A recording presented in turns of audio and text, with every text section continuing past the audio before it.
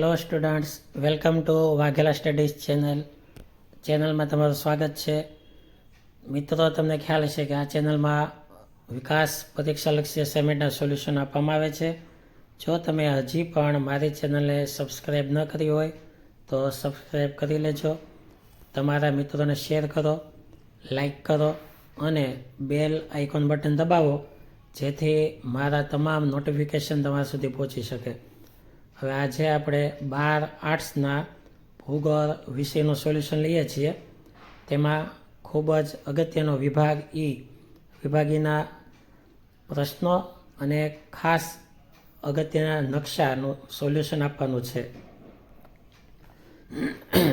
વિભાગીની વાત લઈએ તો પ્રકરણ 2, 3, 4, 5, 6, 8 તેમાંથી પ્રશ્ન આવશે.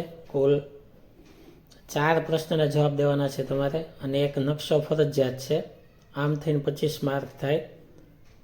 તો તેમાંથી આપણે 8મા પાઠને સ્કીપ કરશું, 4 પાઠ તૈયાર કરશું, એટલે 4 માર્ક 4 પ્રશ્નો આપણે આવડી જાય, અને એક પ્રશ્નના 5 માર્ક છે. હવે પ્રકરણ 2, સવાલ પહેલો. વસ્તી ગીચતા પર અસર કરતા ભૌગોલિક પરિબળોની ચર્ચા કરો. જો વસ્તી ગીચતા ઉપર અસર કરતા ભૌગોલિક પરિબળો, તેમાં આવે અક્ષાંશ, બીજું ભૂપૃષ્ઠ, ત્રીજું આબોહવા, ચોથું જમીન. આ 4 પરિબળો વસ્તી ઉપર અસર કરે. સવાલ 2. વસ્તી ગીચતા પર અસર કરતા આર્થિક પરિબળોની ચર્ચા કરો. જો વસ્તી ગીચતા ઉપર અસર કરતા આર્થિક પરિબળો, આર્થિક એટલે કે રોજગારીને લગતું, તો તેમાં આવે ખનિજ સંપત્તિ, બીજું વનસ્પતિ, ત્રીજું પાણી પુરવઠો અને તેની પ્રાપ્તિ, ચોથું સિંચાઈની સગવડ, પાંચમું પરિવહન. ત્યારબાદ સવાલ 3. માનવ વિકાસ એટલે શું? તેના માપન વિશે સમજૂતી આપો. તો માનવ વિકાસ એટલે શું તેની વ્યાખ્યા આપેલી છે અને તેના વિશે સમજૂતી આપેલી છે.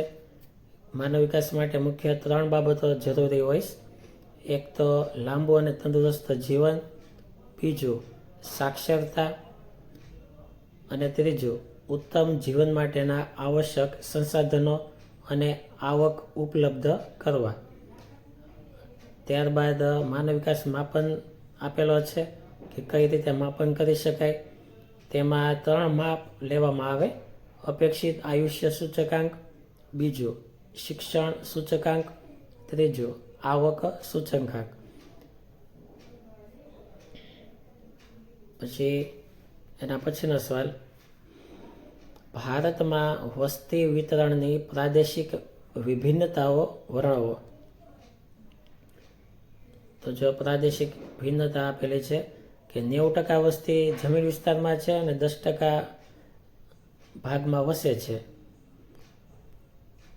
આ એની વિભિન્નતા આપેલી છે કે કયા પ્રદેશમાં કેટલી વસ્તી વસે છે, કયા પ્રદેશમાં વધારે વસ્તી છે, કયા પ્રદેશમાં ઓછી વસ્તી છે. આ બધી વિગતો અપાયેલી છે. હવે પ્રકરણ 3, સવાલ પહેલો. માનવીની પ્રાથમિક પ્રવૃત્તિમાં શિકાર અને સંગ્રાહક પ્રવૃત્તિની નોંધ તૈયાર કરો. આ માનવીની પ્રાથમિક પ્રવૃત્તિ આપેલી છે. શિકાર પ્રવૃત્તિ અને સંગ્રાહક પ્રવૃત્તિ વિશે માહિતી અપાયેલી છે. કેમકે આ પ્રવૃત્તિ પહેલાંના સમયના લોકો કરતા, હવે કોઈ આ રીતની પ્રવૃત્તિ કરતા નથી. અમુક પ્રદેશ દુનિયાના એવા છે કે જ્યાં પ્રવૃત્તિ હાલમાં પણ થાય છે. એ લોકો દુનિયાના પ્રવાહથી સાવ અલગ છે. સવાલ 2. માનવીની આર્થિક પ્રવૃત્તિઓના પ્રકાર જણાવી પ્રાથમિક પ્રવૃત્તિ સમજાવો. તો આ માનવીની આર્થિક પ્રવૃત્તિના પ્રકાર છે. પ્રાથમિક પ્રવૃત્તિ, દ્વિતીયક પ્રવૃત્તિ, તૃતીયક પ્રવૃત્તિ, ચતુર્થક પ્રવૃત્તિ, પંચમ પ્રવૃત્તિ. અને તેમાં પ્રાથમિક પ્રવૃત્તિ વિશે વિગતે આપેલો છે. તેમાં આવે શિકાર, સંગ્રાહક, પશુપાલન, ખેતી, ખનન વગેરે. સવાલ એના પછી. ઉદ્યોગોનું વર્ગીકરણ સમજાવો. જો ઉદ્યોગોનું વર્ગીકરણ આપેલું છે. ગૃહ ઉદ્યોગો, લઘુ ઉદ્યોગો અને મોટા પાયાના ઉદ્યોગો. આ 3 તેના પ્રકારો. મિત્રો, તમે આ વિડીયો પોઝ કરીને પાકું કરવાનું રાખજો. જેટલું પાકું થશે એટલું તમે આવતીકાલે લખી શકશો. હવે સવાલ ચોથો. અસ્થાયી પશુપાલન અને વ્યાપારિક પશુપાલન વચ્ચેનો તફાવત સ્પષ્ટ કરો. તો આ બંનેનો તફાવત આપેલો છે, જે આપણે સ્પષ્ટ કરવાનો છે. 5 મુદ્દા આપેલા છે, 5 પાઠ લખવા, કેમ કે 5 માર્કનો છે જવાબ એટલે. હવે પ્રકરણ 4, તેનો સવાલ પહેલો. માનવીની તૃતીયક પ્રવૃત્તિમાં સેવાઓના મુખ્ય વિભાગો જણાવો. તૃતીયક પ્રવૃત્તિ આપેલી છે, તેમાં બધી સેવા આપેલી છે. વ્યાપારક વિષયક સેવા, પરિવહન સેવા, સંચાર સેવા, મનોરંજન સેવા, વાણિજ્ય સેવા, સ્વાસ્થ્ય સેવા, સમાજ કલ્યાણ સેવા, નાણાકીય સેવા વગેરે. સવાલ બીજો. માનવીની ચતુર્થક પ્રવૃત્તિનો અર્થ દર્શાવી તેની પ્રવૃત્તિઓ સમજાવો. આ ચતુર્થક પ્રવૃત્તિ આપેલી છે અને આ બધી પ્રવૃત્તિઓ વિશે વિગતે સમજાવવામાં આવેલું છે. ત્યારબાદ સવાલ તેના પછી ત્રીજો. માનવીની પંચમ પ્રવૃત્તિના લક્ષણો ચર્ચો. આ પંચમ પ્રવૃત્તિ અપાયેલી છે અને તેના લક્ષણો આપેલા છે. તેના પછીનો સવાલ. માનવીની તૃતીયક પ્રવૃત્તિમાં સેવાઓના મુખ્ય લક્ષણો જણાવો. તો માનવીની તૃતીયક પ્રવૃત્તિ આપેલી છે અને તેમાં સેવાઓના લક્ષણો અપાયેલા છે. કુલ 9 લક્ષણો આપેલા છે સેવાઓના. સવાલ તેના પછી. ઇન્ફોર્મેશન ટેકનોલોજી વિશે વિગતે સમજાવો. આ ઇન્ફોર્મેશન ટેકનોલોજીની સમજૂતી અને તેના લક્ષણો આપેલા છે. ત્યારબાદ પ્રકરણ 5, તેમાં સવાલ પહેલો. પરિવહનનો અર્થ સમજાવી વિશ્વના મુખ્ય સડક માર્ગો વિશે જણાવો.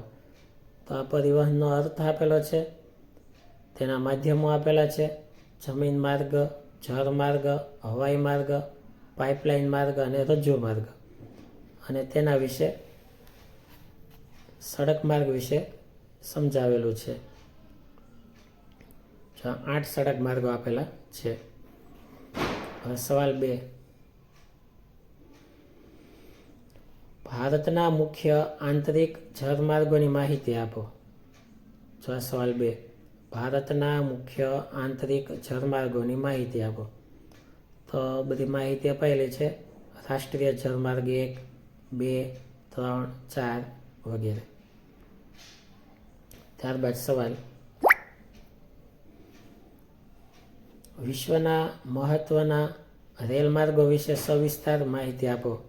આ વિશ્વના રેલમાર્ગો છે અને તેના વિશે માહિતી અપાયેલી છે. ઓરિએન્ટલ એક્સપ્રેસ રેલમાર્ગ, ટ્રાન્સ સાઇબિરિયન રેલમાર્ગ, કેનેડા પેસિફિક રેલમાર્ગ, બિવેનોસ એરિસ વાલપારાઇસા રેલમાર્ગ, બેંગવેલા રેલમાર્ગ, બોટ્સવાના રેલમાર્ગ. સવાલ એના પછી. પરિવહનનો અર્થ આપી પરિવહન સંબંધી સમસ્યાનો ઉપાયો જણાવો. પરિવહનનો અર્થ અગાઉ આવેલો છે, તેમાંથી લખવો અને તેને લગતી સમસ્યાઓ અહીં અપાયેલી છે અને તેના ઉપાયો આપેલા છે કે સમસ્યા નિવારવાના ઉપાયો. હવે ખૂબ જ અગત્યના નકશા. કુલ 4 નકશા આપેલા છે. પહેલા નકશામાં બધા રાજ્યની માહિતી છે કે આ રાજ્ય ક્યાં આવ્યું, આવું રાજ્ય ક્યાં આવ્યું, બરાબર. તો તમે ખાસ ધ્યાન આપજો, અસાઇનમેન્ટ ખુલ્લી રાખજો અને હું જે કંઈ તમને સમજાવું ને સમજજો. જો પહેલો નકશો, સૌથી પહેલું છે સૌથી વધુ સાક્ષરતા ધરાવતું રાજ્ય કેરળ. તો જો નીચે કેરળ બતાવેલું છે. બીજું, સૌથી ઓછી સાક્ષરતા ધરાવતું રાજ્ય બિહાર. જો નંબર 2 કરી અને બિહાર બતાવ્યું છે, તમે જો ખાસ સમજો બધા. પછી ત્રીજું, સૌથી વધુ જાતિ પ્રમાણ ધરાવતું રાજ્ય કેરળ. તો ત્રીજામાં તે કેરળ, પહેલું, ત્રીજું બેમાં કેરળ. ચોથું, સૌથી ઓછું જાતિ પ્રમાણ ધરાવતું રાજ્ય હરિયાણા. જો હરિયાણા ઉપર બતાવેલું છે. પછી સૌથી ઓછી વસ્તી ગીચતા ધરાવતું રાજ્ય અરુણાચલ પ્રદેશ. જો આ સાઈડમાં છે, 5 નંબર કરીને આપ્યો છે અરુણાચલ પ્રદેશ. પછી સૌથી વધુ વસ્તી ગીચતા ધરાવતો પ્રદેશ છે દિલ્હી. જો દિલ્હી વચ્ચે અપાયેલું છે. પછી સૌથી ઓછી વસ્તી ગીચ સિક્કિમ.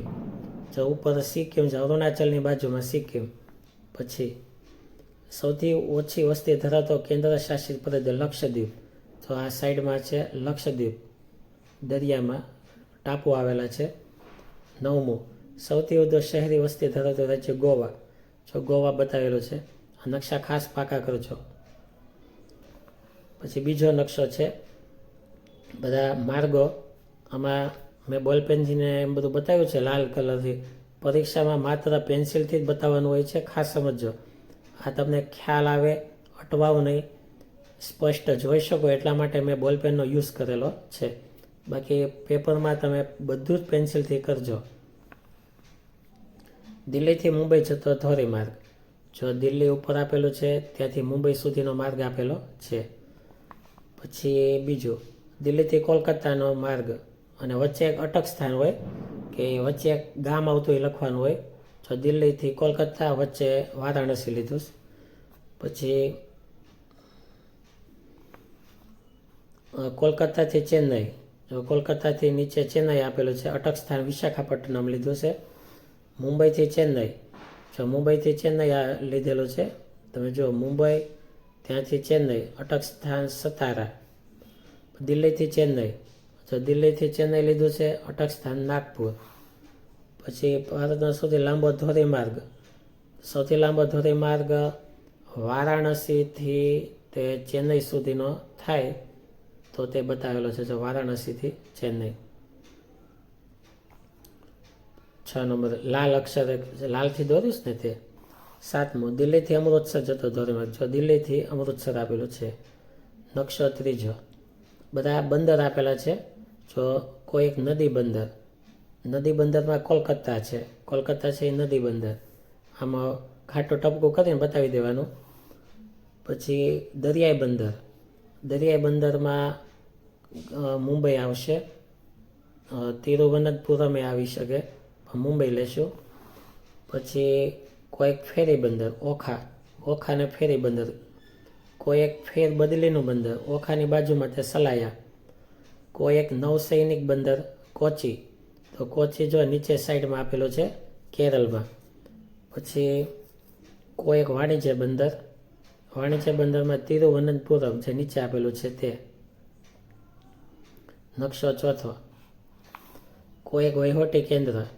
વહીવટી કેન્દ્રમાં રાજધાની લેવાની હોય તો ગાંધીનગર, પાટનગર લેવાના હોય કોઈ પણ રાજ્યના. ઔદ્યોગિક કેન્દ્ર. ઔદ્યોગિક કેન્દ્રમાં મોદીનગર લીધું છે, જો ઉપર આપેલું છે, ઉત્તર પ્રદેશમાં છે. પછી પરિવહન કેન્દ્ર. પરિવહન કેન્દ્ર માટે મુંબઈ. પછી સંરક્ષણ કેન્દ્ર. સંરક્ષણ કેન્દ્ર દહેરાદૂન ઉપર આપેલું છે જુઓ. સાંસ્કૃતિક કેન્દ્ર. સાંસ્કૃતિક કેન્દ્ર વડોદરા રાખ્યું છે. શૈક્ષણિક કેન્દ્ર કોટા. ઉપર જો કોટા છે રાજસ્થાનમાં. પછી ધાર્મિક કેન્દ્ર વારાણસી આપેલું છે. તો આ રીતે તમામ નકશા ખાસ તૈયાર કરજો. આવતીકાલે પૂરેપૂરા નકશાના માર્ક આવે એવું કરજો. Thank you very much.